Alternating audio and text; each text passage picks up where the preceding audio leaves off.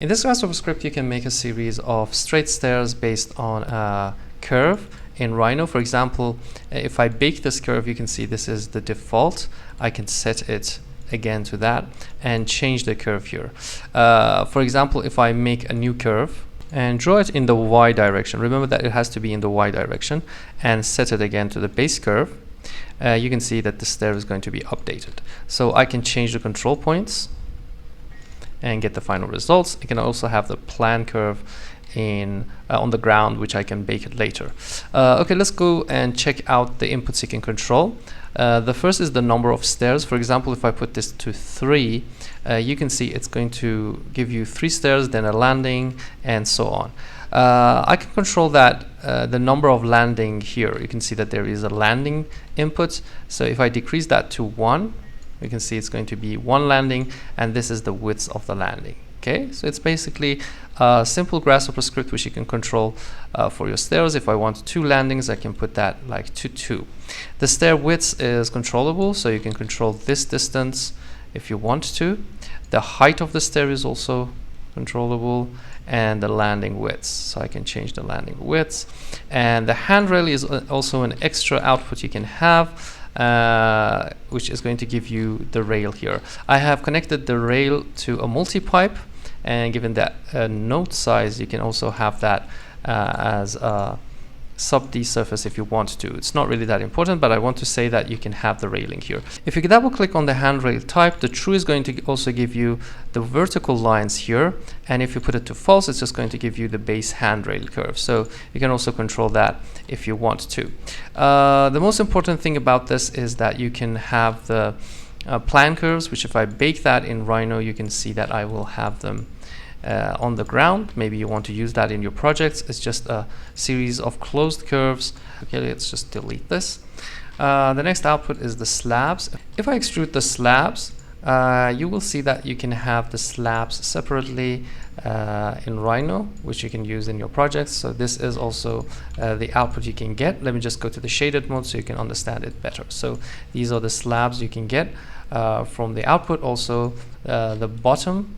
So if I bring it out, it's going to be like that surface. Okay, let's just go to the rendered mode again. The next output is the stringer. If you bake it, you can see that we will have these outputs again in the shaded mode, these outputs in Rhino. So these are also useful if you want to give it another color. The last thing is a railing, which you can bake it and have the curves in Rhino. So these are the curves which you can use them if you want to maybe just give them a thickness, a profile, or so on. Okay, that is the Grasshopper script for a straight stair. For those who want to use the algorithm, you can just open the algorithm folder and use it in Grasshopper, and you will have all the inputs and outputs and the steps we have taken to produce the stairs in Grasshopper, which is a good exercise if you want to learn more. For example, if I draw a curve in Rhino, and remember that this curve has to be in the Y direction, I can set it here to the base curve, and it will update the results. So remember that it's simply a base curve you want to use in your projects, and everything will be fine. Also, if I just change the control points, I will have new results. So this is going to help you to produce different results.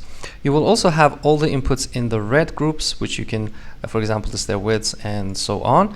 So you can just zoom in and zoom out and find them if you want to use it. Also, the outputs are in different containers. For example, the slabs, the curves on the ground, the BCrv for the stair stringer, and so on.